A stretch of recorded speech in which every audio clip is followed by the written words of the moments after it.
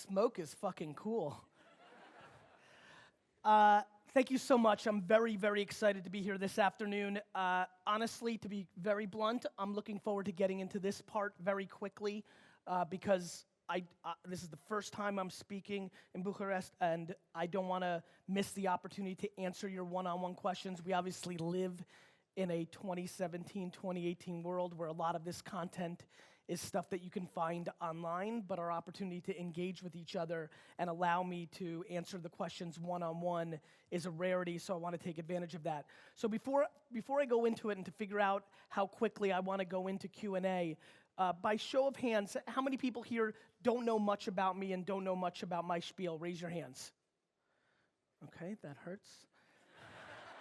Fair enough, but that's what I thought. Okay, I'll give you the backdrop. I apologize for some of my fans here that have heard this first 10 minutes, but I want to frame up the context for the majority of you, and then we'll go into the State of the Union, and then I'd love to go into Q&A. I was born, it's fun, as an American, I was born much closer to here than where I live now. I was born in Belarus, in Babrusk, not too far away. I left the former Soviet Union in 1978 and moved to Queens, New York in the States. I grew up in a very immigrant upbringing, 6, 7, 8 family members in a studio apartment in Queens, New York. It was a tough time in the US economy. My dad did construction in Russia and wasn't able to get any jobs like that in the US, so the first solid paying job he was able to get was a $2 an hour job being a stock boy in a liquor store in New Jersey. He eventually ascended to being the manager of that store, and we moved to Edison, New Jersey when I was 5, 6 years old. I am as purebred of an entrepreneur as you will find. Basically, since the time I was 4, 5, 6 years old, the most interesting thing to me in the world was selling stuff to people. When I was 5, 6, I had 3, 4, 5 lemonade stands in New Jersey and would spend my summer days, washing cars, ripping people's flowers out of their yard and selling it back to them. Anything to make a buck, finding random things in my friends' homes and selling it, selling. It's funny, immigrants have a very good strategy. They save all their money, spend none of it, and eventually buy something. And that's what my family did for the first 7, 8 years of our lives in the US. We lived very humbly, and eventually my dad bought a small liquor store in Springfield, New Jersey. At the age of 11, 12, 13, baseball cards, football cards, sports cards, and memorabilia were very big in the US at this point. And I became a major collector and seller and was making $1,000 to $2,000 a weekend selling baseball cards. And so at that point, as a 13-year-old, I was very rich.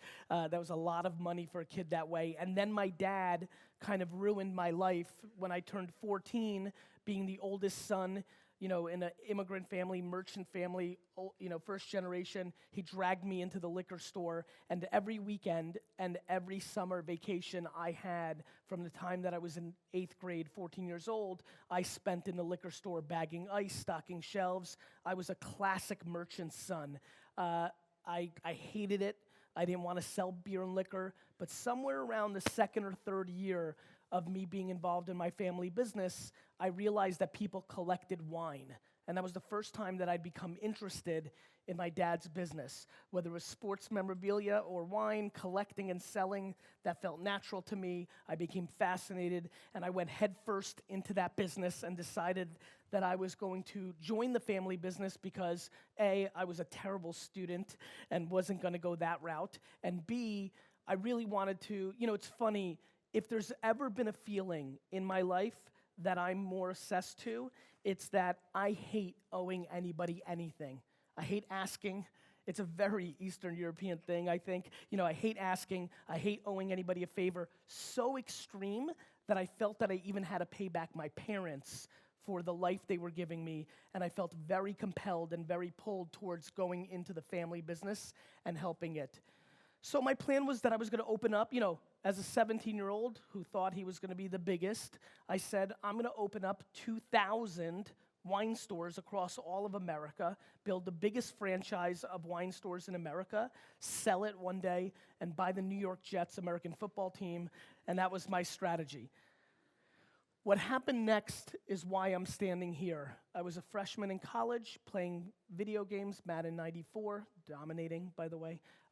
And my friend came into the room and he said, you have to come and see this. Now, there's a lot of youngsters in this room as I look around.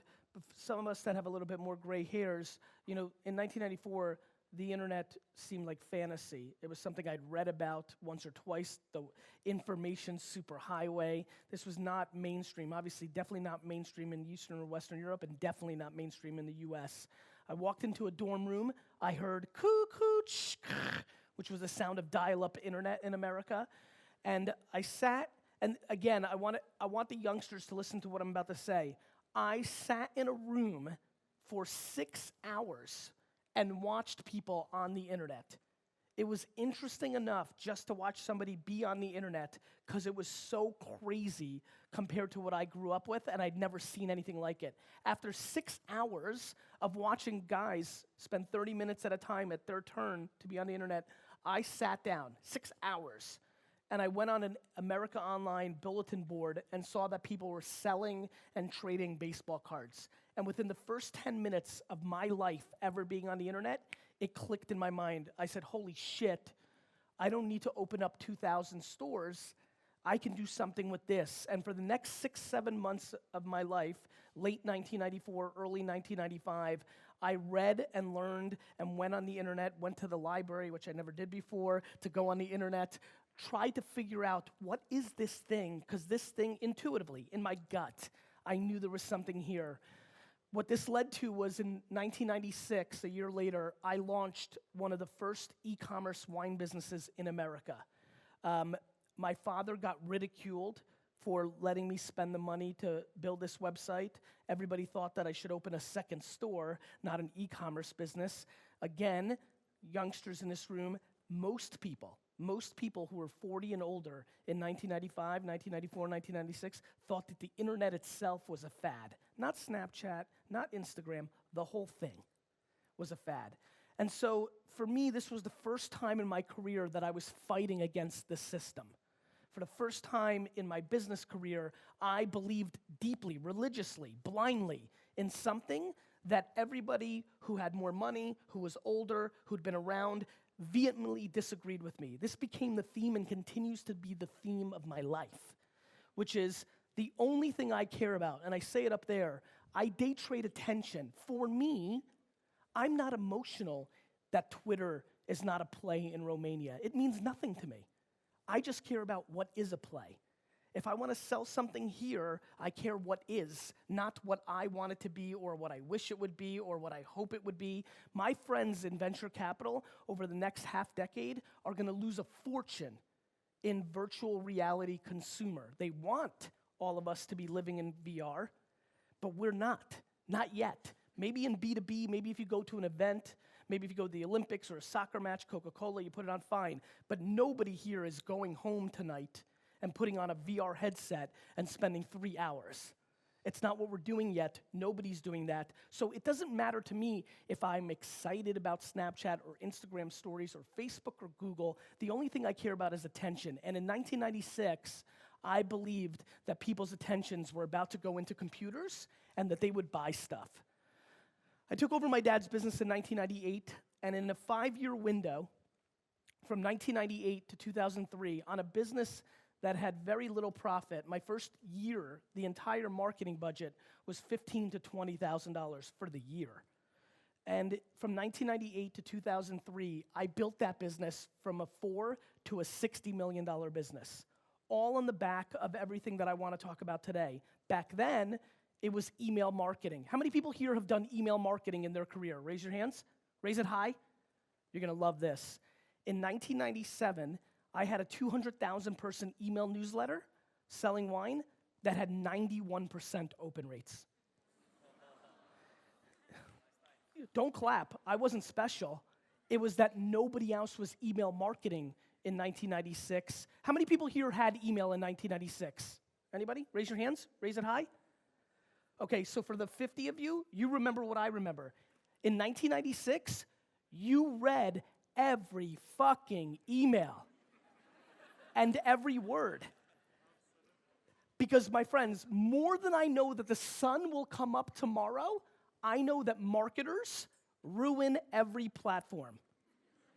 And in 1996, email had not been ruined yet, and that's why I had 91% open rates, and I built my business on the back of email marketing, while my competitors were sending catalogs in the mail, spending $7 to make a catalog and putting a stamp on it. I had already sold the wine to those people 2 weeks, 4 weeks, 6 weeks earlier for zero cost.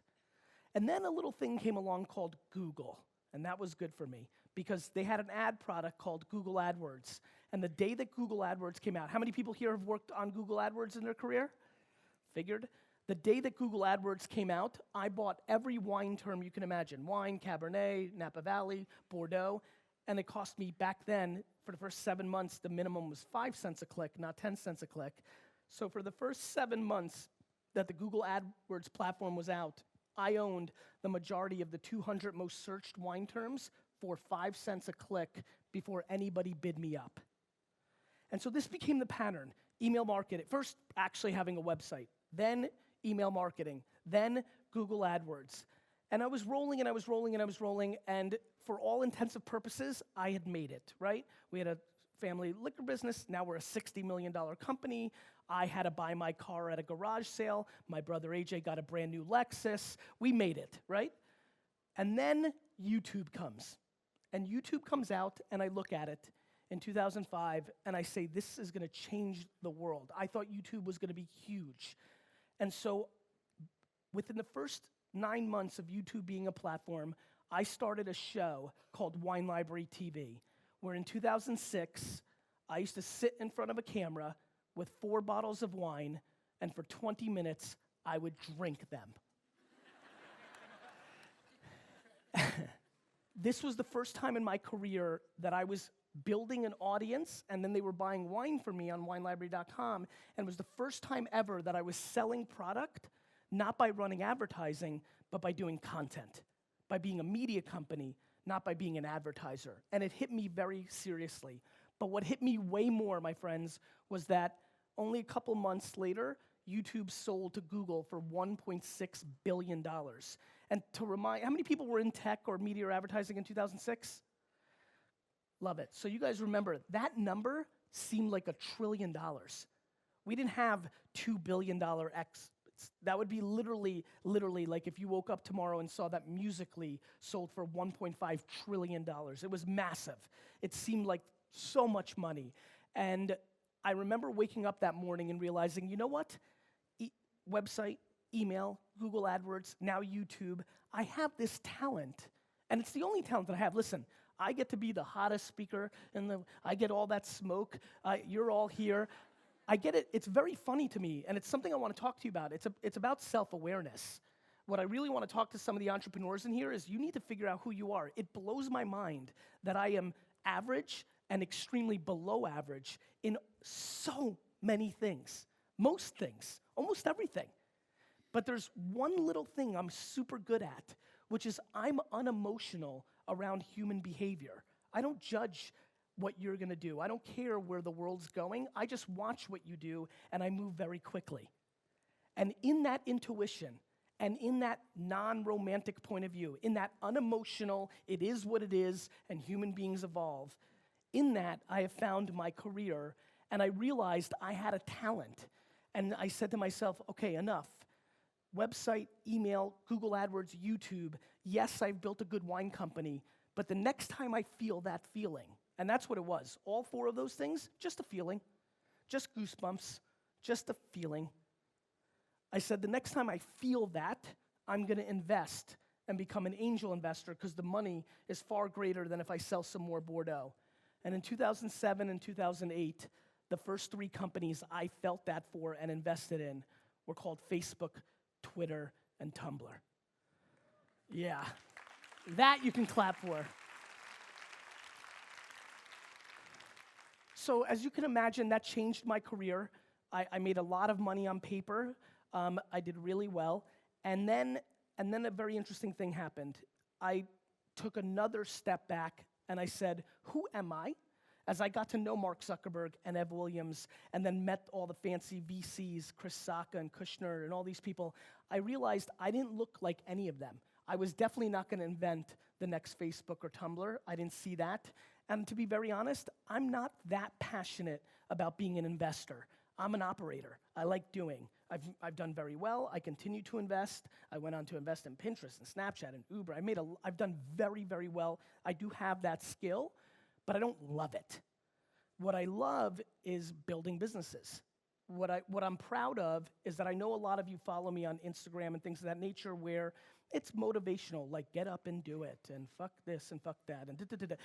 I love that, but what's much more interesting to me is the fact that I've gone out and done it, right? I went out and built a $60 million e-commerce retail business. In the last 6 years, I've built one of the fastest growing digital advertising agencies in the world. I've built that literally from zero to $130 million in revenue in 6 years. I've done it. I've executed.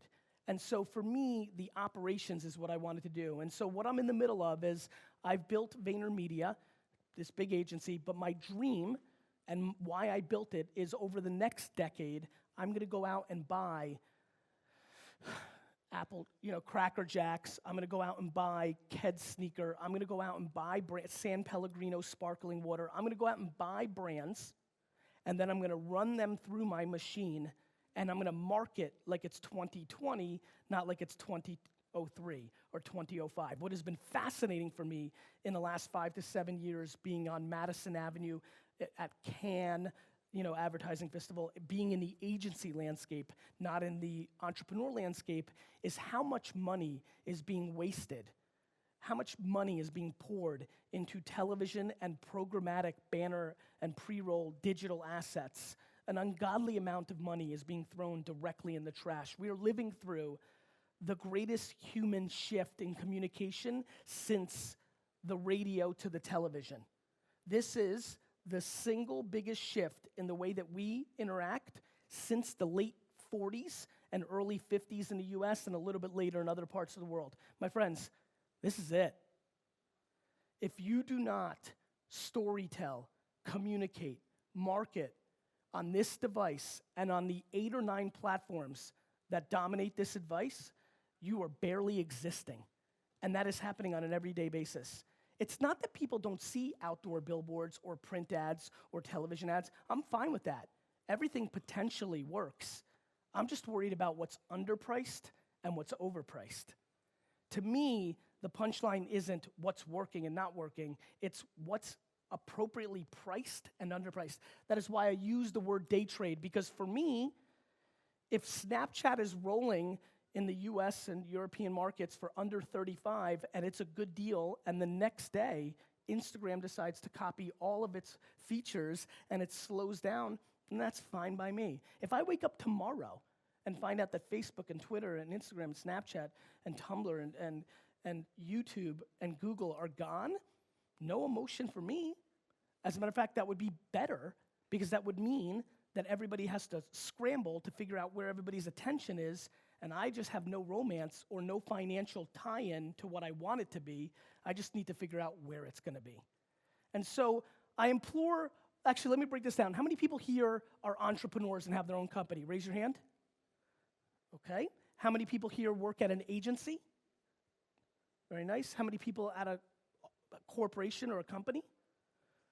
Love it. So now that I've got that sense, let's talk a little bit about the third one, because there was a lot of hands. One of the things that I'm very fascinated by is that I have a very interesting feeling in my stomach what just happened. One more time, third one, work in a company, raise your hands.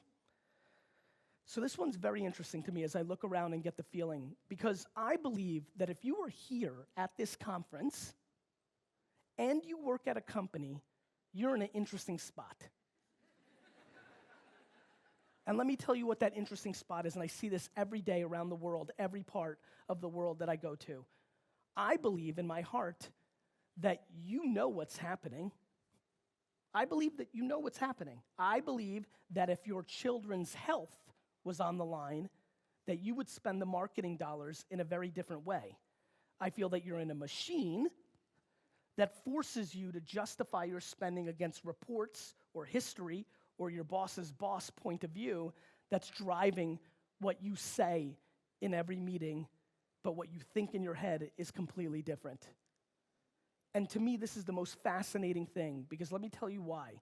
I am a human being.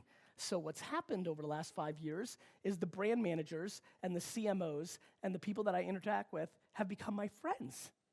I like them. You know, obviously I want to do business with them. Some move on, some you work with, but you become friends. It's human. And what's become very, very upsetting to me is some of them are very smart. They understand what to do, but they're just saying what they're supposed to say so they get a promotion or so they don't get fired. And what I keep trying to remind them, and what's about to happen in the corporate landscape over the next 5 to 7 years as this whole world changes, is these companies are making you say certain things in the room based on the current rules. When it's not gonna work over the next 4 to 5 years, they're gonna fire you for agreeing with it, and that sucks. And so if I can leave you, for now that I think about it, I always think about, this is a long schlep. You know, obviously I'm very thankful for getting paid, but you know, I've got a lot of business to be running, and so obviously I'm here mainly because, to be very honest, I'm here for a couple of reasons. One, I love the swagger of the organizers and how they came at me. Two,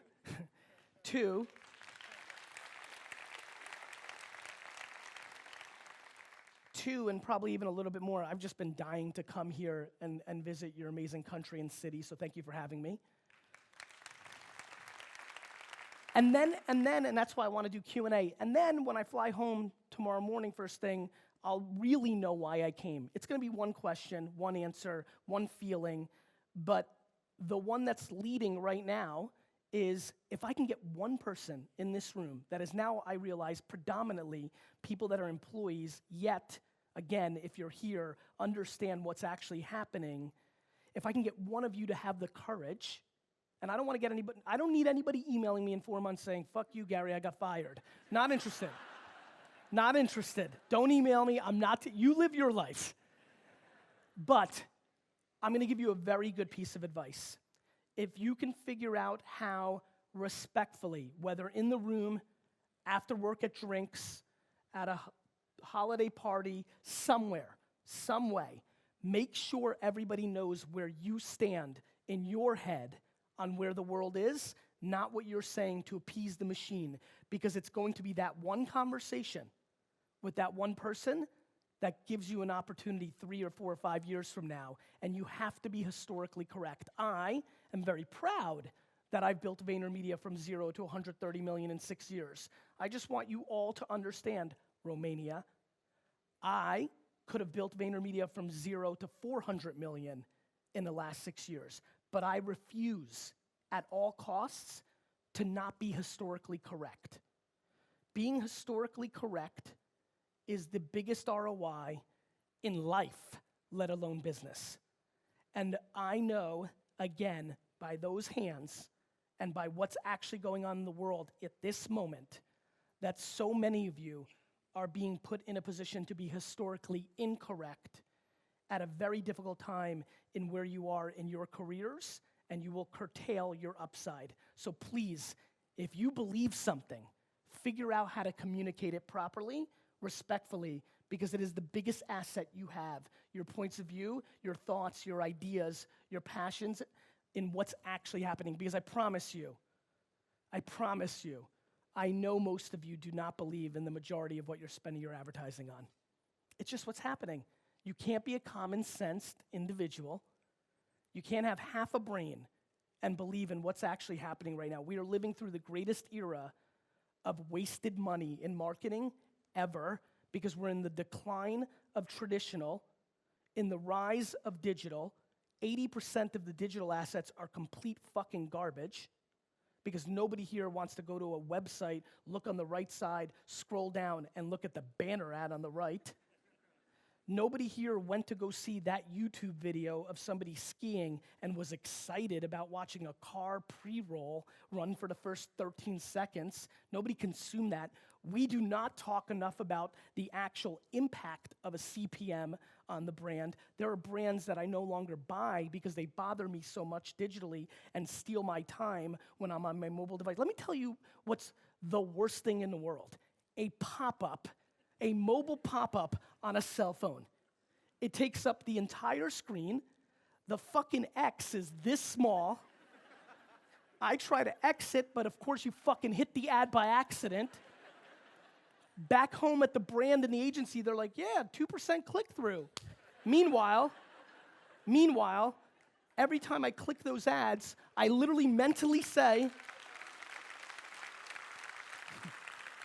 thank you. I mentally say to myself, I am never buying that sneaker brand again. And so we're having a very undereducated conversation around marketing. We have two factions. We have the traditional. In a couple weeks, I'm going to go to Cannes, right? And I'm going to want to shoot myself in the head because it's thousands of people who just dream about the video and think it's the greatest thing, and this fucking statue is their life, and it didn't sell any fucking product, assholes. And then, a week later, I'll go to Silicon Valley and check in on some of my startups, and all it is math nerds who think all of marketing is math. Let me just tell you, math nerds, real quick. Let me tell the camera, math nerds. If marketing was math, it would be over by now. It's not fucking math. So, what we need to do in marketing is we need to take the best of both worlds. We need the art assholes in Cannes and the math assholes in Silicon Valley to have sex and have a child.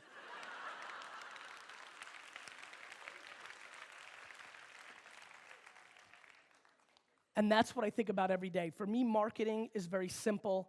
It comes down to, what am I trying to accomplish? Am I trying to sell this sneaker? Am I trying to raise money for a cause? Am I trying to get somebody elected? What am I trying to do? What is my goal? And to me, when that becomes a thing, that becomes the KPI, not the weekly reporting that is math. Guys, Google is the toll booth of the internet. It gets all the extra credit that it does not deserve because of consumers' behavior. You may see a billboard outside that makes you go to Google because that's your search behavior to get to the website, and it gets the credit. Last touch attribution for all the people that are in this is such a horseshit metric. Yet we trade on it. CPM cost being the reason you do something is insane. When the hell was the cost of something the direct attribution to its value? Never. And so we are in a very interesting time. Meanwhile, $80 billion in the US is poured into television ads. When I looked at the data coming to Romania, the amount of dollars still spent traditionally is very high. There's nobody on earth who's watching television commercials. Guys, they don't exist. Even your fucking 90-year-old grandma, when the commercial comes on, she grabs her cell phone and texts you, honey, I miss you. It's true. The attention is what matters. Can you honestly tell me that the people that you're trying to reach in this great country or the surrounding countries to sell your product, do you actually think they're paying attention to a commercial? Do you think billboards globally, outdoor media's cost in the last 4 years is up 12% globally, up. Meanwhile, every passenger in every car in the world no longer looks outside. There's not a single passenger in any vehicle that looks outside.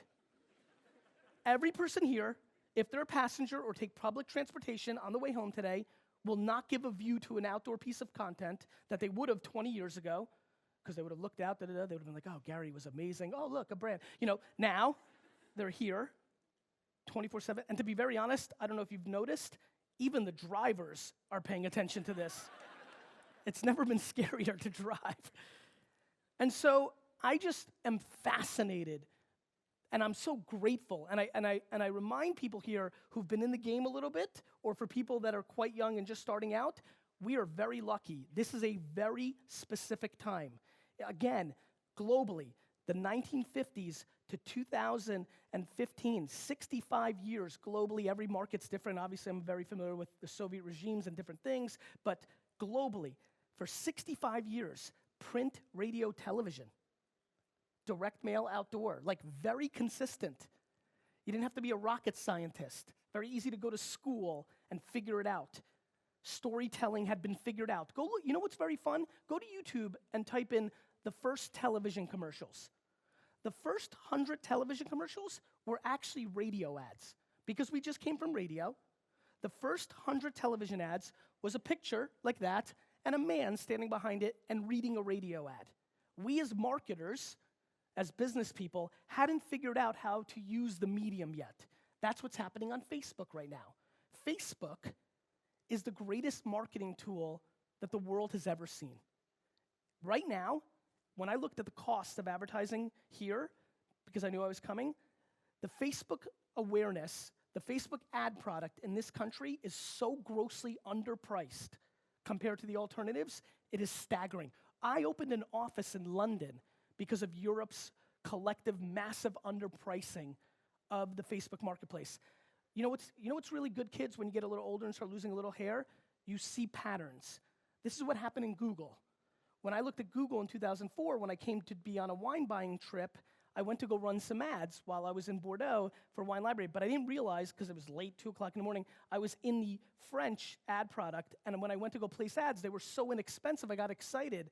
I didn't realize that I'd stumbled into, wait a minute, they are so much more underpriced here, because what's amazing about Facebook and Google that is not amazing about television, print, and CPM costs on digital media products is it's a real marketplace.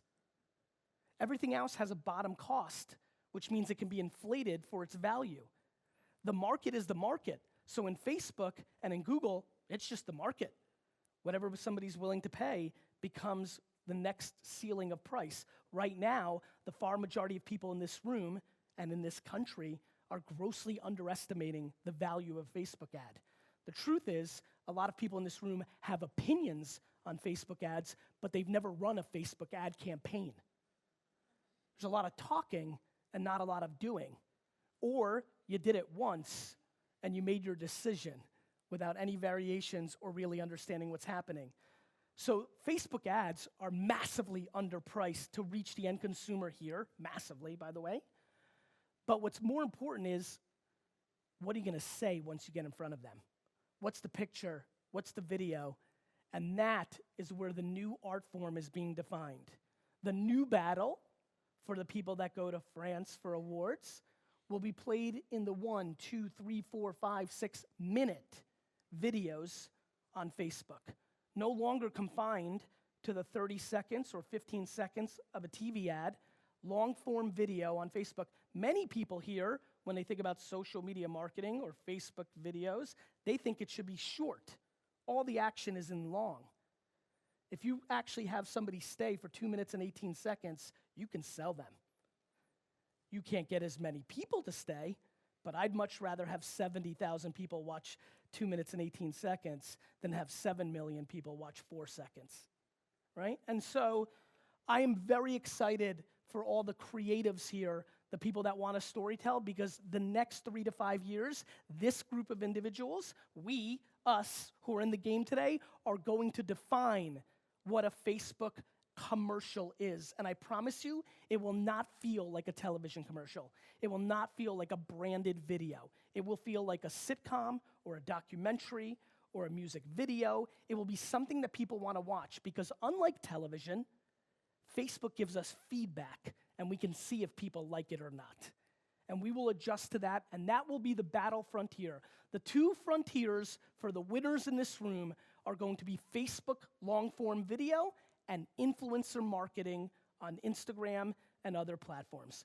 I promise you, when I come back here in 3 years and we do an update, that the 6 of you that actually went on the offense on Facebook advertising and creative and on influencer marketing will win. That is where the dollars will shift over the next 5 years. There'll be plenty of money. You're gonna say, but in this country, but my clients, I get it, fuck you. It's gonna happen. It's not gonna happen tomorrow. The most progressive brands in America are still holding on to their dear television or banner ads, not because they believe in it, but because the media holding companies are selling it, and the media holding companies are selling it because that's where their profit margin is in. But this is what always happens. This is not my opinion. This is just data. Last year, 97% of the Fortune 500 CPG brands in the world declined in market share. because they are not marketing to the reality of 2017. And so the stakes are high, and this plays through for entrepreneurship as well. If you're a startup, your opportunity has never been greater. Your competitors have a lot more money than you. They're much further along than you. Let me remind you, all you startups, why guys like me and you and gals like you are gonna win. Because big companies get really fucking stupid and even slower. And your advantage is speed and actually dealing in reality. And so the framework of our attention, these eyes and these ears, wait till you see what happens with the emergence of podcasts in this country over the next 3 to 4 years. Right now, a blip on the screen, but the number one reason Uber became a monster company is because it sells time. The number one thing that everybody in this room values besides health and money is time. And what voice does, Alexa Voice, podcasts, is it saves you time. Sound is a time saver in many situations. And I believe that sound, both in podcasts and in the future Alexa Voice, Google Home, smart home voice activated, is gonna emerge over the next decade as well. And I implore you to become smart about that, because I believe being one of the first things that you listen to in the morning from Alexa Voice 5 years from now is like being the first organic result for your business on Google 15 years ago. It is a battleground of attention. It is open property. It's whoever's smart enough and hungry enough to go learn it, build an Alexa skill, market it, and emerge as a leader in that attention. My friends, attention arbitrage. Where is the actual attention?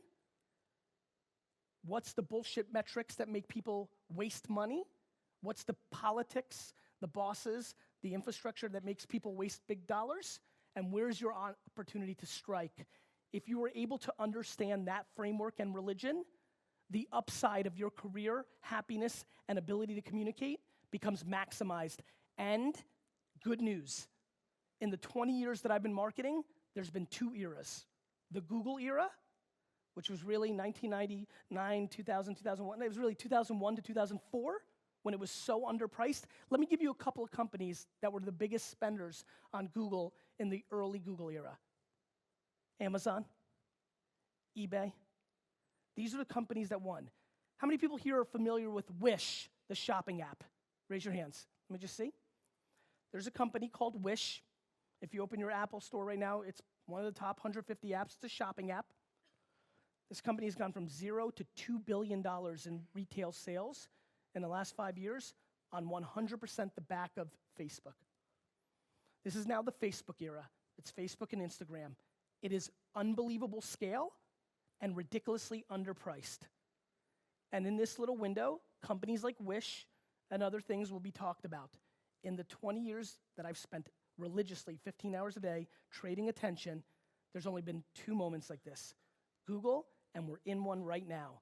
I implore you to not look back at the speech that I gave here as when you heard about it, but you didn't do anything about it, and you're gonna have to wait another 7 to 10 years for another era. So I beg you to take advantage of this phenomenal conference and go do something about it tomorrow. Thank you.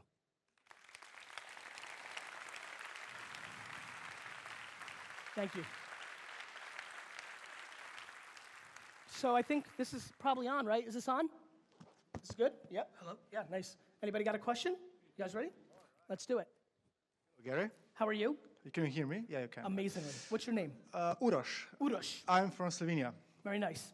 And I have a question. Actually, I totally agree with you. You are saying all the time that we need to deliver value, more value that we ask in return, let's say money in this case. Yeah. Right? Or attention, right? Mm-hmm. You're asking for 15 seconds of my time. Mm-hmm. I fucking want my 15 seconds. Okay. Right? Uh-huh. So what are you gonna put in front of me? So you're absolutely right. It's a value exchange in life always. Uh-huh. And as business marketers and brands, that's right. That is my religion, 51-49. I'm gonna give you more than I ask for in return. Oh, thank you. But like if you're in a market where people don't value what you do, then you're in deep shit. Yeah, I know, but listen to me. Everybody needs it. It's marketing, basically. It's creating content. Everybody needs content, but people don't realize how much they need it. They, like, you know what I'm talking about. The thing is, how... You guys leaving? You gotta go? Thanks for coming. All right. Okay. I'm gonna give you a very good piece of advice. It's the number one reason, so don't forget, and this is probably where we have a kinship, I've been selling stuff nobody wants my whole life, right? The way I built the wine business, everybody in America was already big on Bordeaux, Italy, and California. I sold mainly Australia, New Zealand, Spain, Croatian wines. I was going all over the world. And so the number one thing, if you're telling me that people aren't putting enough value on the creative, the number one thing I can tell you is don't sell to the unsellable. Yeah. Okay. What I would do if I were you is I would literally, in this whole room, are you interested in what I do? No, no, no, no, no, kinda. Okay, you have a talk? No, okay, no, no, no, no. To me, the key is there are people that value it. You just need to cast a very wide net when you're selling something that you perceive as not valued enough. And instead of being emotional and trying to convince him and spend 2 days, 3 weeks, a month convincing him, fuck him and go to the next person. All right. Cheers. And because... Yeah. But you understand? Yeah, I know, I know. I've watched it my whole life. Like, trying to sell to somebody who's already not sellable is where leaders or pioneers get killed. Yeah. I was actually trying to ask, like, how do you motivate then your team who doesn't think like that and they don't have time to listen to you, let's say. So how do you motivate them when you can't do I it? make them have time to listen to me. All right. And number two, I instill it through my own confidence, and you try to figure out who's willing to come with you and who's not. A lot of people struggle. Yeah. You know, you noticed how I said a little bit like, fuck, your client won't do it? I have that major problem. I took all, my vlog 4 or 5 episodes ago, you see 70 of them sitting in my tent, right? And I'm just killing them for 6 hours. Guys, your client saying no is not an excuse. Like, that's just not an excuse.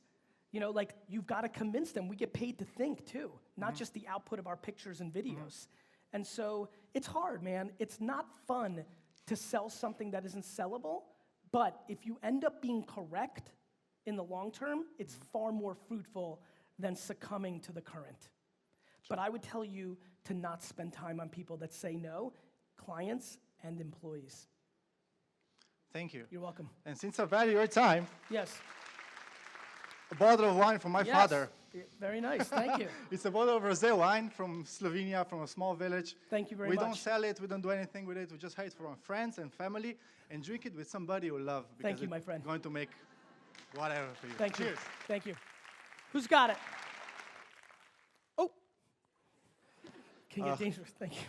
Thanks. Hi, Gary. Hey, what's your name? My name is Eugene. I'm from Ukraine, Very nice. which is close to Belarus. It We sure even speak is. the same language. Yes, we do. Yeah, and 3 years ago, I read your book, Rush It, and I quit my job. Okay. And yeah, and I became entrepreneur. And this is the best thing which happens in my life. So thanks a lot. You're welcome. But I have a very specific question. Sure. I've seen you start to do fitness a lot. Yes. And few things you said that if you would spend your time, except for the work, you would do more for health and Yes. wellness. Of course. So the question is, if you would do, and maybe you're already doing, entering the fitness industry, which is huge in US and over the world, what you would do?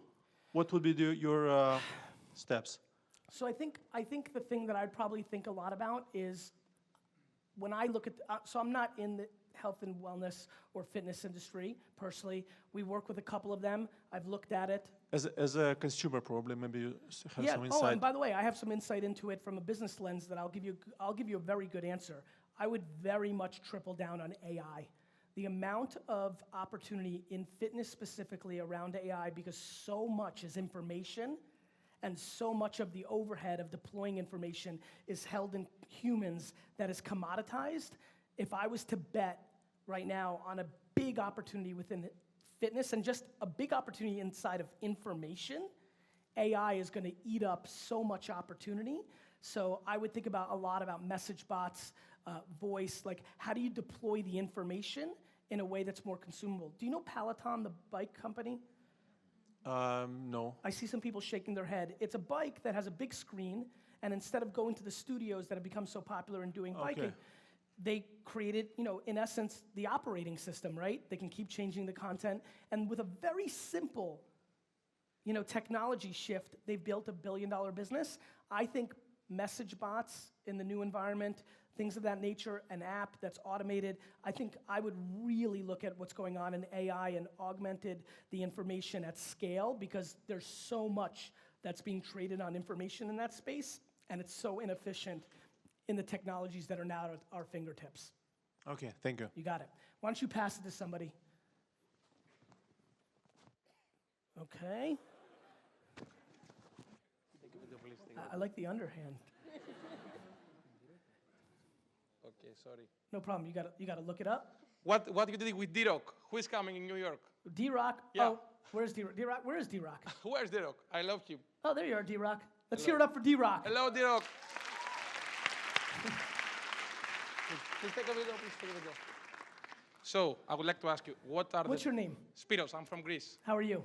Oh, everything okay? Thank you. I love you. I love really you too. Okay. Thank you. Okay, so I would like to ask you, what are the top 3 skills that a young man like me, 23 years old, need to focus, really focus, not the bullshit, No, okay? the number one thing you need more than anything is patience. I know. I know. It is. It's right? The number one threat, I know, you just don't want to deploy it. True. The end. I can give you 2 other bullshit ones, but I promise you, the things that work are very simple. Patience, for anybody, how many people under 30? Raise your hands. Fuck, listen.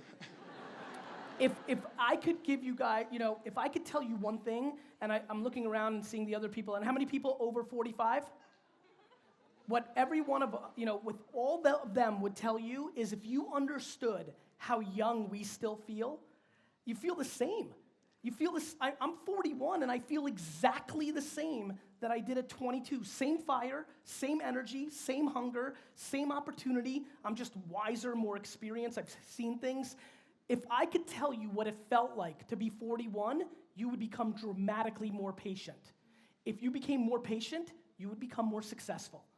Because when you're patient, you do things that are tried and true, and you don't take the shortcuts that lead to problems. The other thing I would say is self-awareness.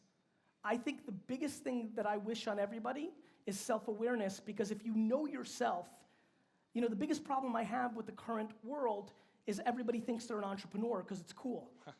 Everybody has decided that they're a founder. And so there'll be a lot of people who start terrible companies and will fail, who could have gone and got great jobs and ended up being number 5, number 11, number 13 in a great company and had a great life, but instead are going to be number 1 of shit, have to start at 27 all over, have a loss, a scarlet letter, right? Have the depression that comes along with the loss. So I would say patience and self-awareness. And then third, it's the biggest thing that you have right now, which is you have time. And so what I would do at that time is I would fucking work, right? Like, ultimately, if you deploy number 2 and know yourself, you'll know how big or how medium or how decent you want your career to work out. But the thing that has fascinated me is how many people's actions don't back up what their mouth is saying. All these people telling me that they're going to be millionaires and billionaires, and they don't work any weekend. No action takers, no. So they're listen, you follow my stuff. I didn't give you anything you haven't heard before. But the big one's patience. Because I know 23-year-old dudes that live in Greece that are willing to schlep here, they're hungry.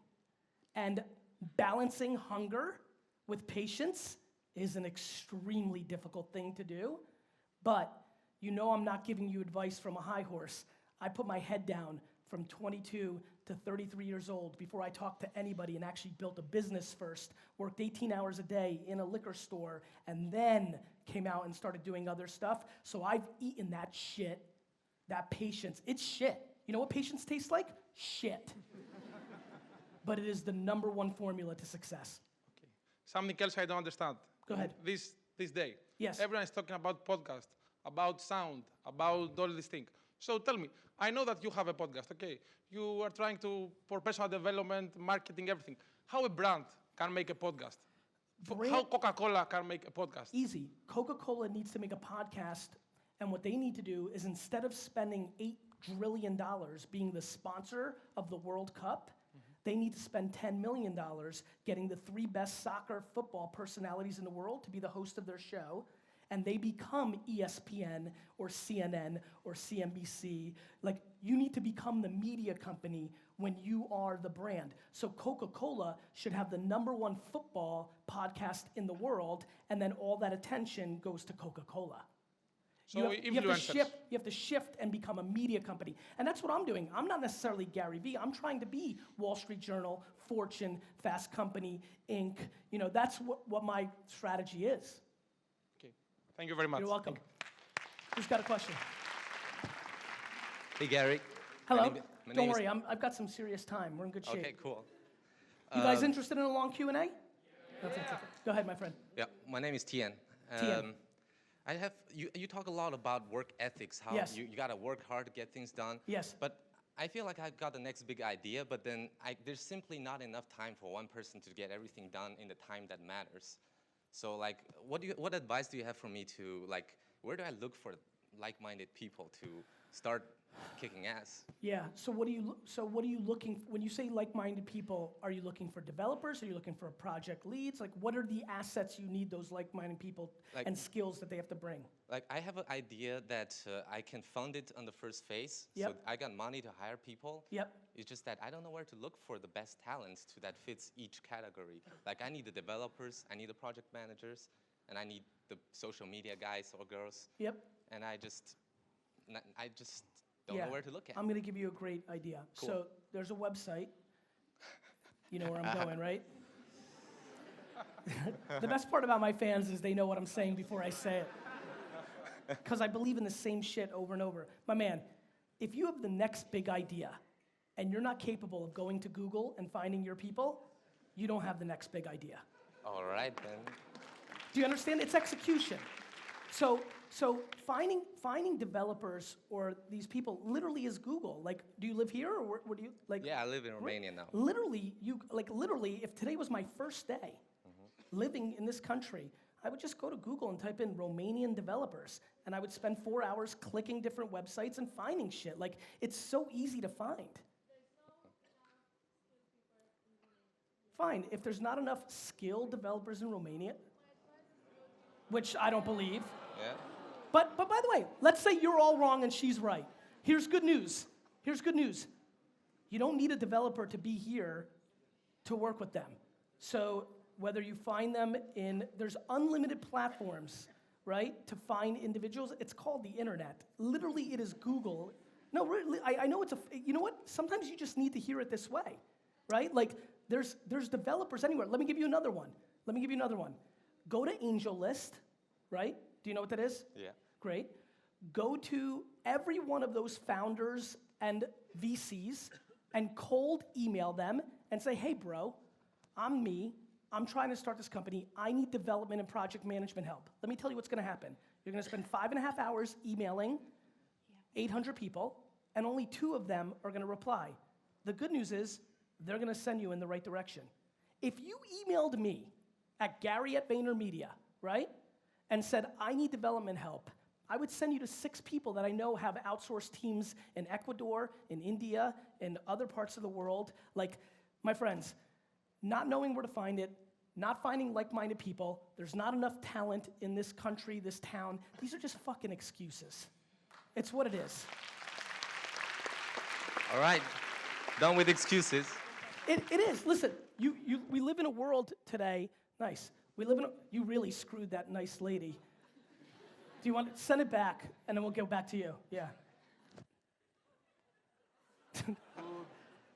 My friend, it's one second. It's there. You just got to go hunt for it. Listen, we all have strengths and weaknesses, right? Like, putting together the team, that's new for you. You're a young man, but it's out there. Email people for help. Find individuals. Like, I went on Twitter and searched the hashtag to this event and saw a lot of people that were talking about this event. And when I looked at their profile, the people in this room are some of the people that can help you get to the talent you're looking for. You need to get out of the roadblock of that I can't find it, and you need to just go and find it. Cool. Thanks. You got it. Hey, Thank you. you're welcome. My name is Ekaterina. How are you? I'm from Bulgaria. Very I'm nice. fine, and I'm very glad to be here. Thank you. I would like to continue with the previous question. Okay. You talk about your company as a honey empire. Yes. So how you choose your leaders and how you control to keep your focus and your value, to follow your values. Sure. So for some, thank you for knowing that. That means you're paying attention. I've coined a phrase in my company called Honey Empire. It maps what my ambition is, which is I want to build a multi-billion-dollar organization and kill everybody and put everybody out of business, and like that's business, right? That's the game. But I want to do it in a honey way, honey over vinegar. Internally, it's very important to me that everybody gets along, not because I'm Mother Teresa, but because I believe that when people get along, you go faster. When there's less politics, you're spending more time on doing and not sitting at your desk debating why Karen is trying to ruin you, right? And so it has always been my belief. It's the biggest way that I turned my family business and grew it so greatly. So many people here can be empathetic to this. I walked into my dad's store and he was running it like Soviet Russia, right? He was running it where he didn't trust his employees. He didn't like his employees. Like, again, like a lot of people may know here, in a communist environment, everything is black market, and you don't trust, and that's what it was. And then when I came in, it's not my natural demeanor. I flipped it, and I saw the benefits very quickly, and and in general, I just like positivity. I'm crippled by negativity. So for me, a couple things. When I pick leaders, I talk to them up front and say, listen, you could be the greatest chief creative officer of all time. Of all time. You could make the 50 greatest ads of all time, but if you're an asshole, you're gonna get fired, right? And I say this, and listen, some people are leaving big jobs, and I emotionally say, listen to me, you could get fired in 4 months, and it's gonna look awkward on your resume, and you're gonna have to always explain it. Please believe me when I tell you, because I know you've gone to other places, and they tell you it matters, but what really matters is the money, right? And for me, because I'm the best at making the money, I don't need you, right? So you need to be that. And so what I do is I do that with everybody, and then I don't go through some big test or some process. I go on intuition, and then if they deliver, mazel tov, and if they don't, I fire them. And so the way I'm able to keep it is my actions have to back up my words. So over the last 6 years, I fired somebody recently who was a very senior hire who barely worked for us. Like, he was there for 40 seconds. But it didn't work, and then I'm empathetic, and I gave him a 6-month severance because I felt like it really disrupted his life. So it's not about the dollars, but you can't fuck with my culture. So it's about setting the bar, but the answer to your question is very simple. You have to back up your words. If I talked a nice game and Honey Empire and da-da-da, but back home it was poison, I'd be finished. So I just really, really try. Now, at the same token, you have to audit and really make sure you're not just jumping to one person saying they're bad because they might be undermined. It's a lot of work to figure out, you're right, and sometimes you have to make a judgment call. But I spend more time on HR than anything else I do. More than sales, more than being Garyvee, more than selling, more than anything, more than the product services. The majority of my time is spent on HR. I landed here, I took a 2-hour nap right now, I woke up. For the 30 minutes before I got here, it was all HR. This person this person's feelings that, this person's mother passed away, which is devastating. Like, what are we gonna do? Like, all HR. HR. The world is human. The people are the game. So actions backing up the words. Because there's a lot of people who are good people and fucking awesome at what they do. Thank you. My name is Emmanuel. We'll get you next. Hey, Emmanuel.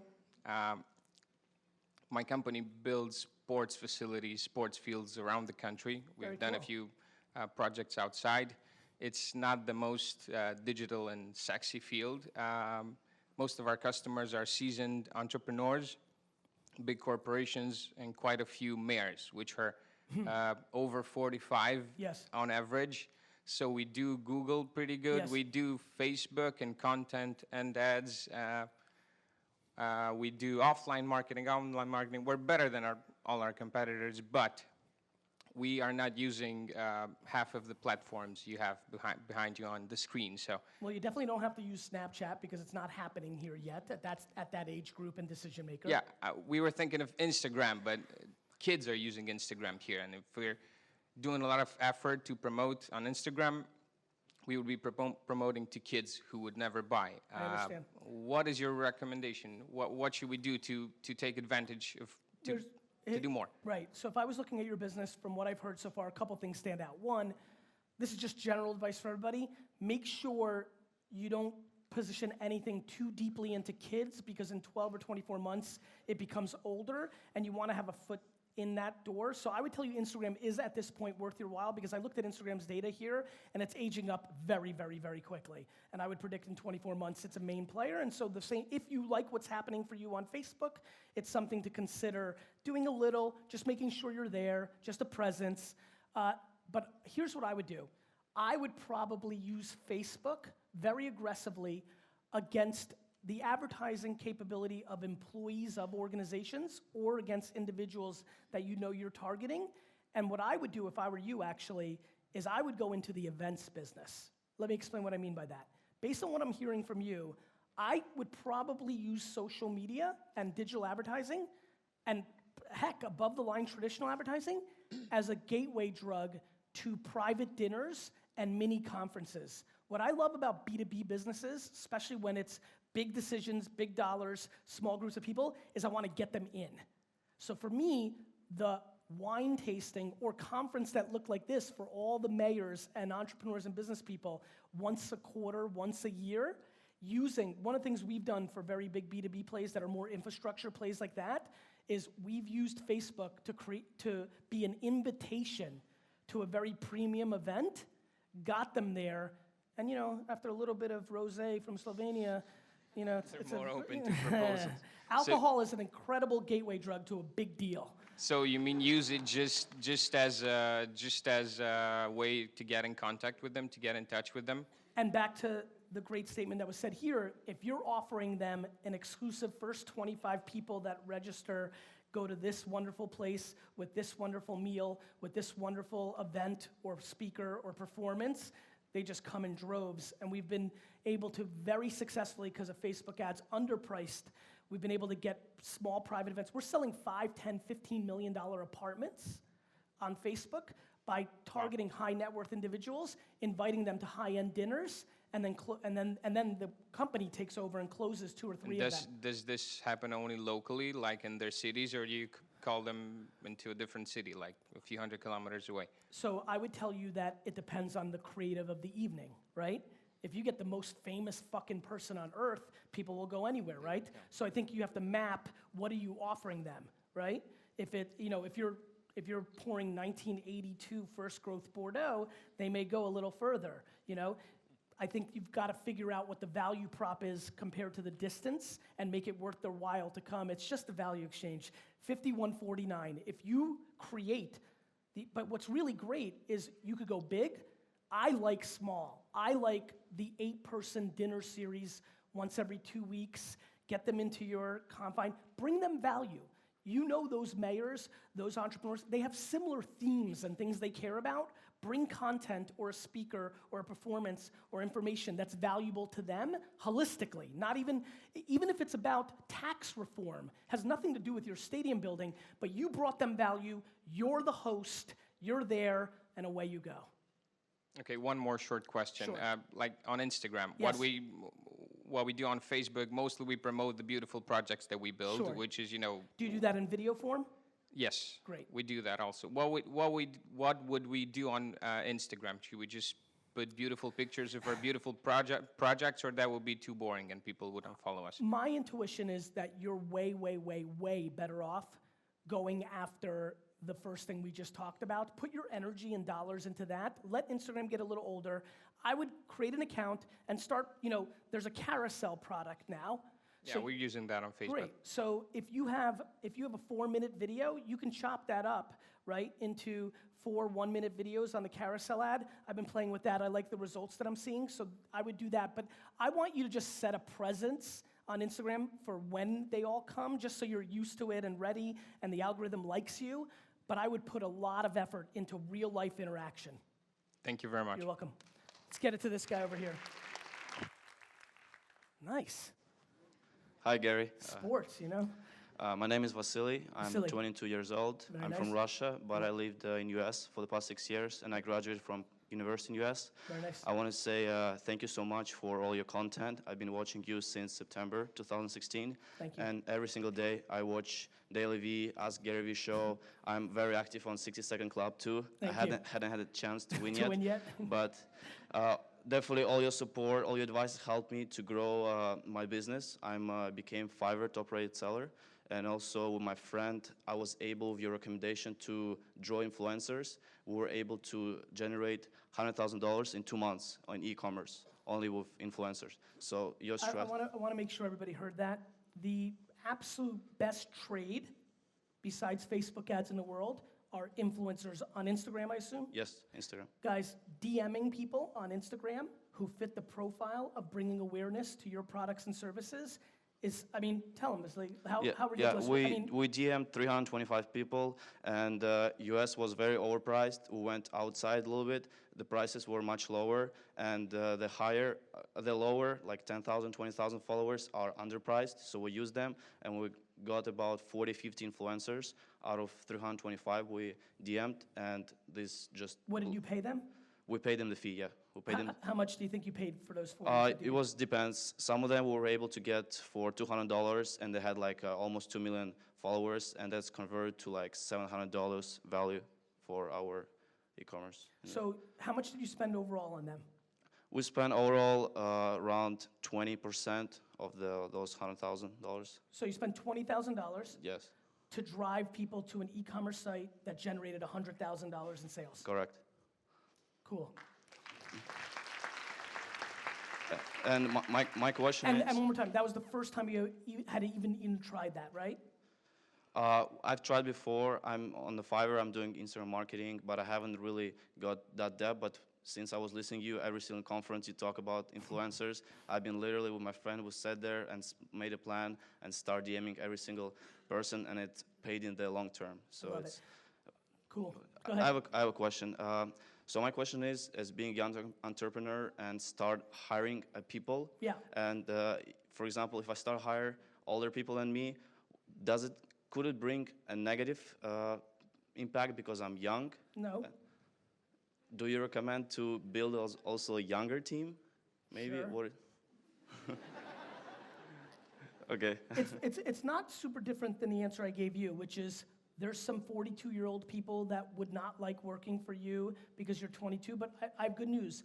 It's a new day now. You're not forcing them to work for you, right? So Yes. they said yes in the first place, which means 80% likely that they were already okay with it other than they desperately needed a job.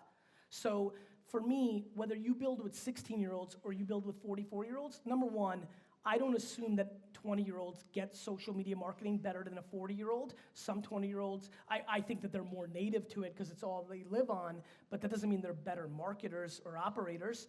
There's plenty of, I'm 41 years old and I think I'm the best in the world at it, right? So I don't think age is the proxy. I think it's the DNA of the person. You just have to try. I don't think there's a good piece of advice other than don't be crippled by who you hire. Make sure that when it doesn't work that you're good at firing. Everybody takes so much pride in how good they are at hiring. It's very hard. I have a lot of intuitive skills. It's what I trade on. My EQ is everything I've got. And I have hired so many assholes, and I've fucked up so many times. It's embarrassing. The key is not having pride when you made a mistake and being able to move on and doing the right thing by them so they can go on with their career, but also doing the right thing, which is your number one responsibility for your business. Yes, thank you so much. You're And welcome. also, for example, for now, do you think it's a good idea to travel to other events, hear speakers? For example, I'm planning to attend other events and potentially your events, like in Hong Kong, and you'll be speaking in Frankfurt. Do you recommend to invest my time and be able to? It depends on what kind of learner you are. So in my 20s and 30s, I went to this many conferences. But it doesn't mean that I'm right or wrong. It means that there was a reason that I didn't do well in school. I don't learn by listening. I only learn by doing. So I deployed self-awareness, and I decided not to read business books, not to go to conferences and lectures. I just did. So, but if you feel like you get value out of it, it's just value exchange. If you feel like you know what the best part of a conference is? this. The number one ROI of this conference for all of you is the people that have courage here and say hello to the other people here. The relationships are the ROI. Like-minded people in the game. Like, as fun as this is, and I'm sure some people have wanted to see me speak, and I'm trying to do my best here to really bring it, I promise you, saying hello to the person next to you, and like, if you want to do me one huge favor, as soon as I'm done here, say hello to 2 or 3 people. The business development opportunities are enormous. So I would go to Hong Kong and those places to biz dev, and if you learn this way, then of course, anything that helps you learn and get better is great. We all have different ways, but you don't just do it because somebody told you to read books or go to conferences or somebody told you to just do. You need to know yourself. Thank you so much, Gary. Can I shake your hand? Sure. Yes. Can you pass up? Here. Thanks, Gary. My pleasure, man. Good luck to you. Give me this. I'll take it. All right, who's in? Thank you. Hi, Gary. Hi. Hi, everyone. I'm a bit nervous. What's your name? My name's Stacey. Stacey. So I've travelled here from the UK because my friend Lenya was talking today. And How'd he do? She. I'm sorry. How'd she do? Fucking phenomenal. Awesome. We met actually online. Last year I spent £2,000. Last year I spent £2,000 on Facebook boosting. My videos were about 20 minutes long on Facebook Live before it was trendy, and I've reached multiple 6 figures by the end of the year. That's awesome. Thank you. My question to you is this. Obviously, a lot more people are doing videos, but I know I go on for quite a while in my videos, and lots of people watch me. I've recently featured in Forbes because I help people do it via Facebook Live. How do I get more people instantly? The conversion seems to be great, but I see your videos, I watch you all the time. Because of you, actually, I went onto video instead of like bothering with copy.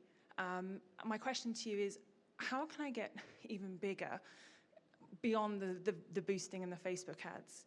I actually contacted your team. I do events. People come from New Zealand just to meet me, like you said, for 4 hours. What would be your tips from what I've just said? I think the 2 things that over-index are patience and quality.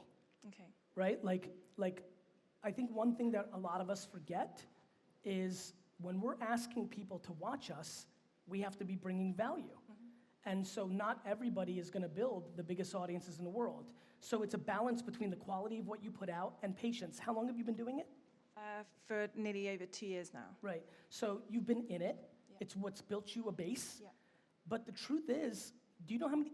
My Instagram profile has gone from 400,000 to 1.8 million in the last 6 months, right?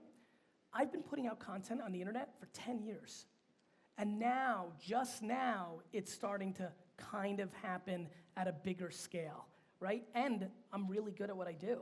I think we forget how long of a game it is. I'm pumped that you said 2 years, because for a lot of people here who've been doing it for 3 months and have the same question, it's like, ooh, 2 years, right?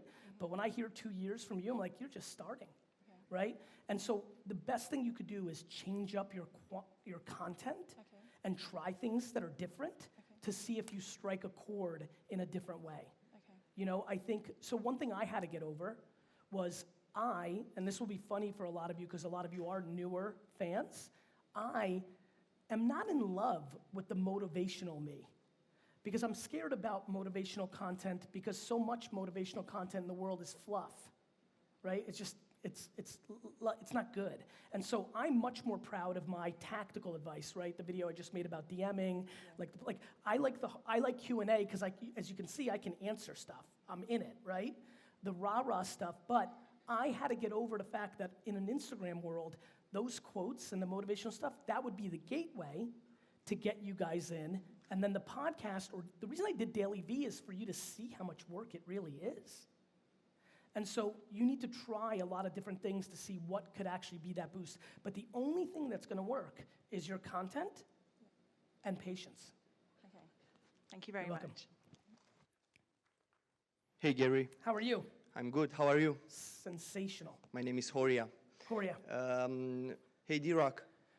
Can I get some branding, please? Yeah. Oh, nice. Get it. I love it. I'm watching your videos for a long, long time. You got it, my man. Not Happy to 4 bring you in. years. not 4 years. No worries, go ahead. So my family has a boutique hotel in Transylvania. Interesting. I've been home for, I'm in charge of the marketing for 7 years. I've been home for 4 years working in the business. And I believe that I got enough expertise to, and I want to put my business online, my personal business online, talking about the things that we learn in the business. And I know you've done it. Yes. And I'm curious, what would be the first step that you would take to put it online, the expertise? I would create the home for the content. So you need to decide, there's 3 ways to communicate: the written word, audio, and video. You need to decide, even just by the way you said, hey, D-Rock, give me the branding, like if you can do video, which I think you could, you look solidly handsome to me, you've got Thanks. some charisma. Are you up for video? Yeah. I would do video. Sure. I would do a YouTube and a Facebook video strategy, and I would start putting out content. Instagram as well, 1-minute versions on Instagram, or if you want to use carousel, long form on Facebook and YouTube, just start talking, interviewing other experts from the hotel industry if you want to go that narrow, or other business experts from Romania or Transylvania if you want to go that narrow, if you want to go macro. But my man, go look at those first 5 or 6 episodes of Wine Library TV, or Ask Garyvee, or DailyVee. It gets better. You get better and better and better. And so don't be precious, just start. The first episode should be, let me tell you why I'm here. Here's my manifesto. Here's my thesis. I want to tell the world what I've learned in the trenches over the last almost decade in my industry, in this interesting place that has other places in the world similar to it, different than it, blah, blah, blah, blah, blah. You know, that's what I would do. Awesome. You got it. One more question for you. I know that everywhere you go in the world, you make meetups, and this is for everybody here. Will you do one in Bucharest? So I promised my wife not to do meetups for a little while, so no. Okay. All right. Thanks. You're welcome. You can pass it anywhere. Oh, good. Awesome. Hi, Gary. Hey, man. I want to ask, how many of you are out there in the world right now? Just one. Okay, so then... But I'm kidding. How many people... How would you crack a $600 billion industry? Like the one that you pitched? Yes. And when you know that 3 companies in the United States actually have a market valuation of $9 billion freaking dollars. Yes. And we are technologically more advanced than them at this point, and we are barely scraping 50 million as of today. So what are you trying to get? Are you trying to get venture capital's attention? Well, not really. I want to mix. So if you check out videos, online videos of products in this particular industry, all of them are fucking boring. Bullshit. I want to mix some of the knowledge I got from you today with a technology which not a lot of audience actually take care or take into consideration. So I want to mix that somehow, but still get to the attention of the big boys and get the market valuation of $1 billion. Facebook videos, man. I'm telling you. So guys, how many people here run Facebook videos? Excuse me, Facebook advertising? Raise your hand. How many people here are spending, because I know some of you work for companies, and I know for entrepreneurs this will be harder, but just for context, how many people here are spending $25,000 a month on Facebook ads? Raise your hands. So we're spending $200-300 million on Facebook ads. So the advantage we have is the dollars spent are giving me a lot of looks. My friends, there's a way to target on Facebook against employees of a company. So a lot of us have put a lot of data into Facebook. So for your ability to make a video, and you gotta keep trying making videos because that's the magic. Creative is the variable of success. You can get in front of everybody in the world. If what you say isn't, I got in front of you today. If this keynote sucked, I wouldn't have done anything that's valuable for me, right? Creative is the variable of success.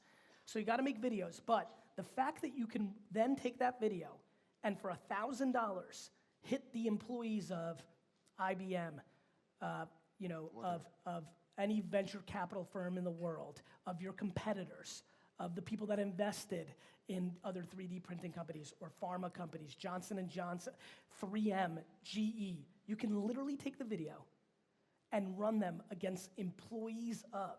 Those employees then forward that video to the decision makers within the organization. Okay. It is an incredible opportunity. That's what I would do. Thank you very much. How would a company, a tech company, which are exactly that, geeks, would attract attention to one guy in the world, which is you? Just email me. It's Gary at VaynerMedia. It's a crapshoot. I'll be the 51st email of the I'll look for it. I will do. Awesome, Thank man. you. Pass it on behind you. Oh, very nice. Hi. Hi. Well, my What's your name? question, Alexa. Alexa. It may be stupid, but my question is not about what to do, it's about what not to do. Okay. Let me explain. Sure. I'm sure you have lots of experiences, and I guess you maybe made some mistakes down the road, and you learn from them. So please, would you want to share with us a lesson you learned from a mistake in order for us to understand and to gain some Sure. insight on what not to do in marketing or in business or in life in general? So, thank you, Alexa. I think, first of all, let me give you the best answer to that question, which is the amount of time that I have spent thinking about my mistakes is all of them combined. And by the way, Alexa, I've made a lot. Is probably less than 1 hour. Okay. So the first thing I would tell you is I am fascinated by people's ability to dwell on dumb shit. It already happened. I already fucked up, Alexa.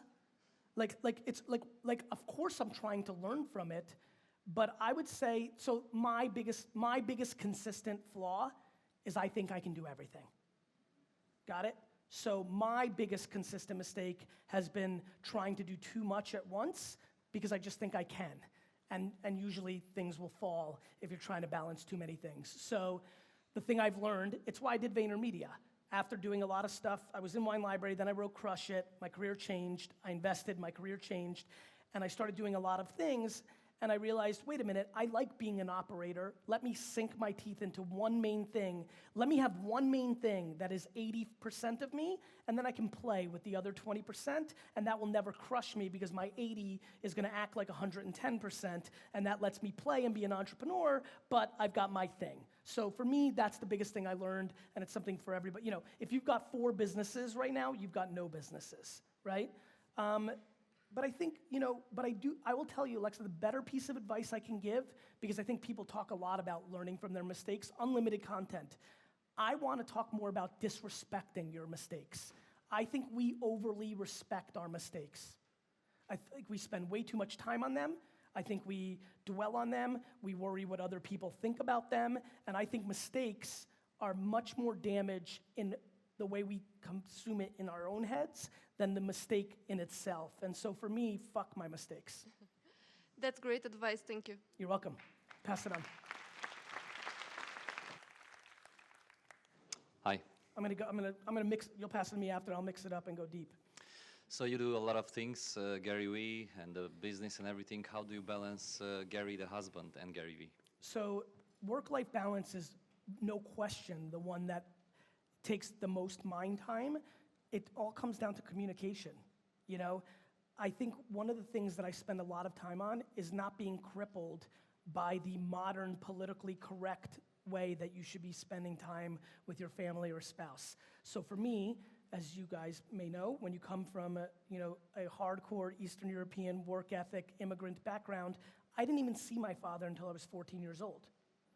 And we have the best relationship and I love him and I know you can make it work if that's the case. Now, I don't assume that that's gonna work for my kids.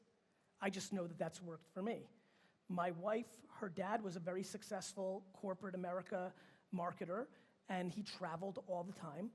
And she's also comfortable. She's an amazingly independent woman. So much so I'm curious if she still likes me. So she, for us, it's been very easy. It's called communication. We just talk a lot about how much I work and how much I travel. And for us, what's worked is weekends and vacations, right?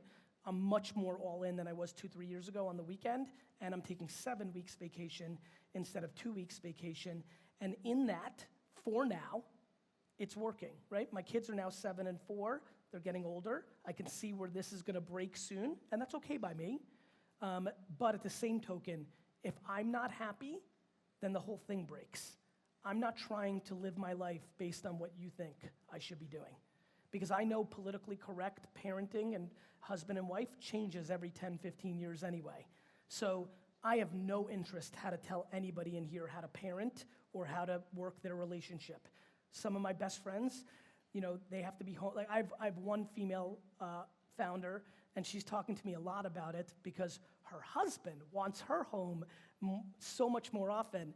And I'm like, look, if you're not happy, it's gonna break anyway. right? So it's all communication. So far, so good, you know? But I'm not naive to know that, you know, my great fear is that my wife or my child says to me, you have to be home a lot more. Because for me, that's suffocating. You know, like I know that, but I have to make decisions, and that's what manifests. I would say communication is the only thing. And I'm I'll tell you, I am actually fascinated by the current modern, high net worth, politically correct parenting style of both parents being so deeply involved, because what I'm fascinated by is I see it very similar to businesses, which is there's no such thing as co-CEOs. Two cooks in the kitchen is very, very difficult. And so I actually think if we watch this video in 30 or 40 years, there'll be more talk about dividing and conquering than there is right now. And that's what happens, the ebb and flow. So for me, it's just communication, and it's just there's only 4 or 5 people I have to worry about, right? My spouse, my 2 children, and maybe an in-law or my mom or something, right? And so not very difficult, just gotta talk about it often.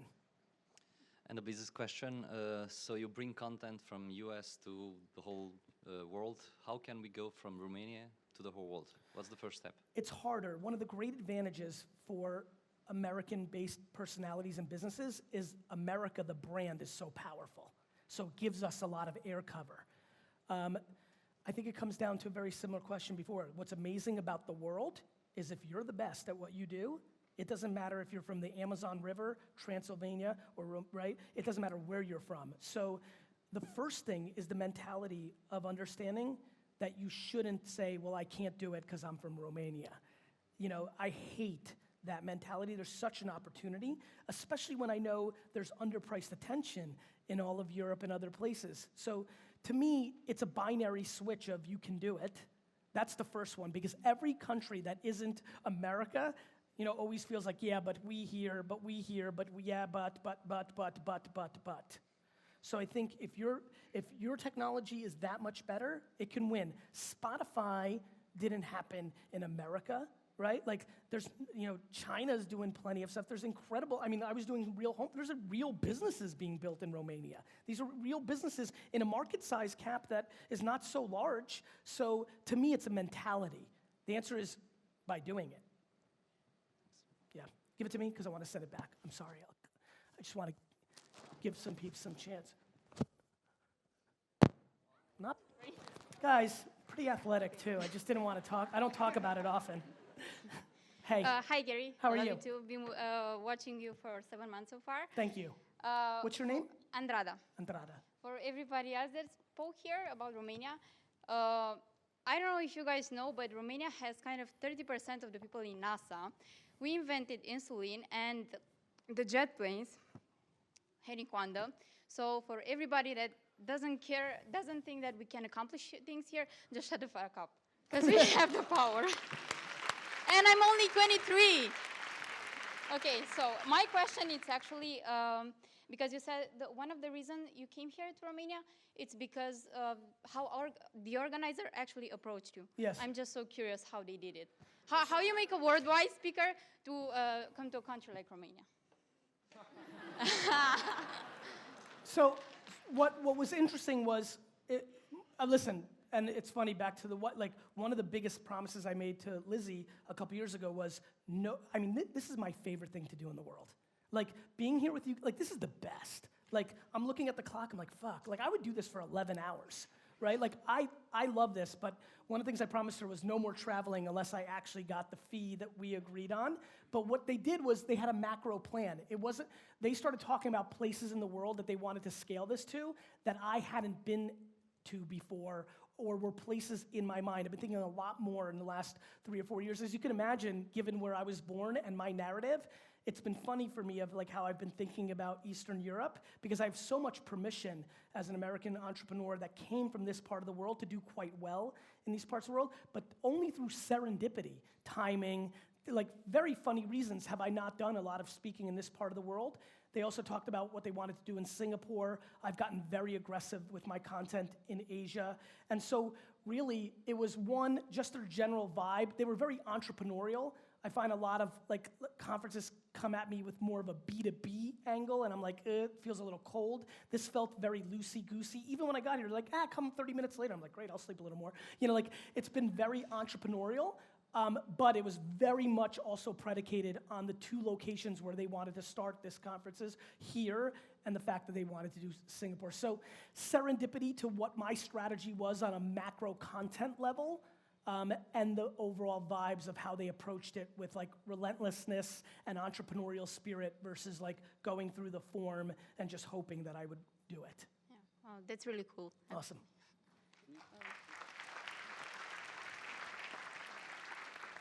Hi, I'm Robert from Slovenia. Hey, Robert. I have a small gardening company, first working like on other gardens, then like building a brand. And I'm really curious about one question that is in my mind, like listening to you. That is, I'm really young and people don't get the knowledge from me. They don't believe you. Believe me, yes. Yes. So my question is, if I try being 16 and trying to sell wine.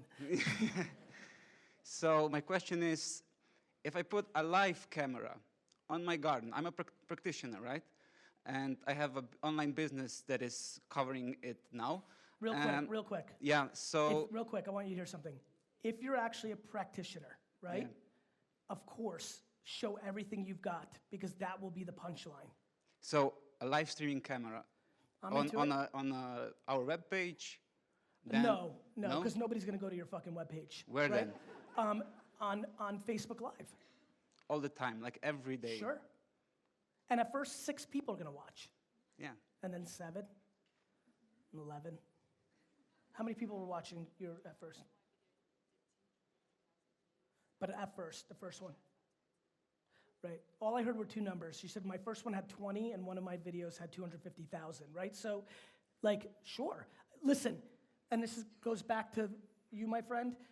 And you, my friend, if you've got it, not your age, not your gender, not where you're from is going to stop you. If you've got it. It may be harder. It's harder for a Romanian startup to go global than a US one, yes.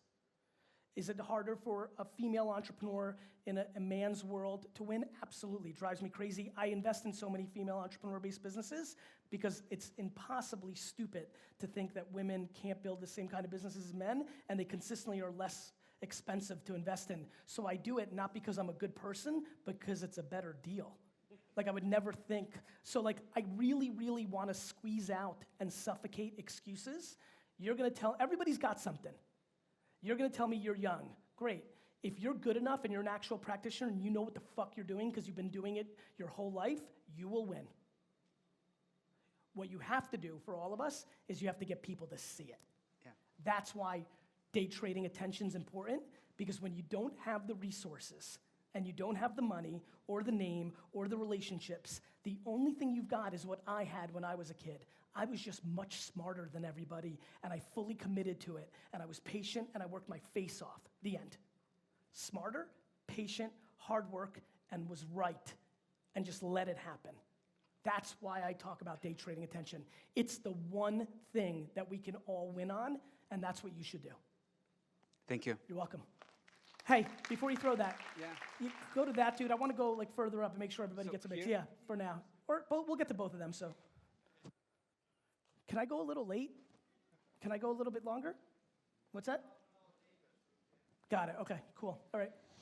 Sorry, bro. Hi, Gary. Hey. First of all, my name is Matei. I want to thank you. I'm an influencer, and you just raised my fee by 20% today. Like, this was awesome. Thank you so much. You're welcome.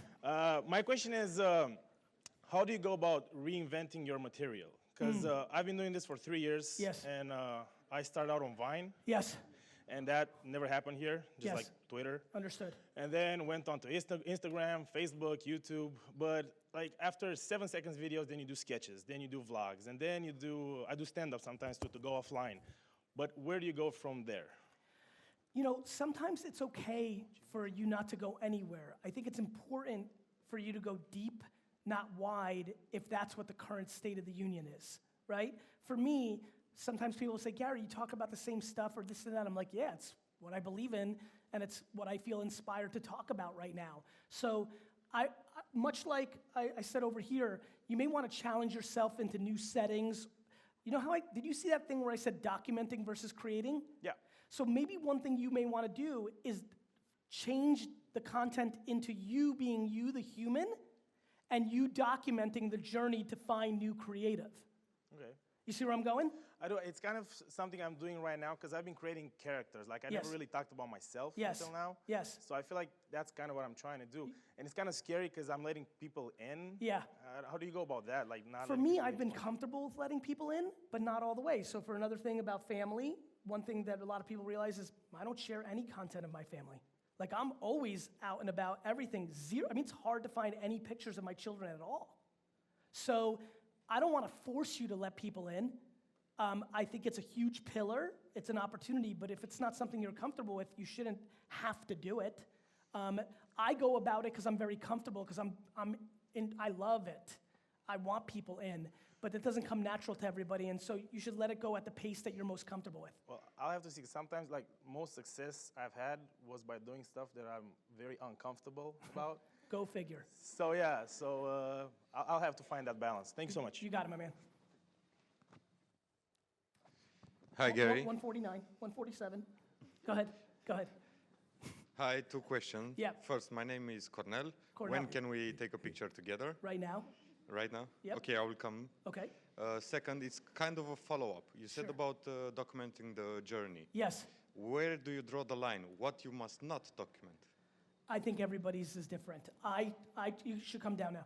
I decided not to talk about my family because that's my line. Most people are successful who are vloggers using their family. Kids and relationships and pets, they do very well on media. I don't use any of those things. So, my man, I think it's different for everybody, right? Like, I don't go into everything about my family dynamics. You know, I keep a lot of stuff that's between me and AJ and me and my dad, you know, to myself. Nice to finally meet you too. So I think again, it's a very personal thing.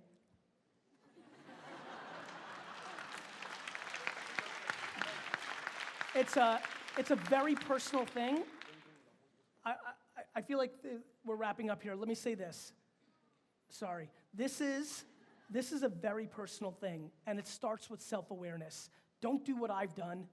Don't do what other people have done. Start trying to figure yourself out. Put your toe into things. Try things. But please, if anything, please, Bucharest, please promise me one thing. Please understand we are in it right now. I can come back here in 3 years and be like, you fucked up. Facebook's now properly priced. It's $35 CPMs, not $6. Google is tired and mature. Facebook's now mature, and nothing has popped up. From 2011, 12, 13, there was nothing great. Like, Facebook was happening, like, until the ad product, like, we are in it right now. Please take advantage of it. Thank you very much. Ladies and gentlemen, Thank you.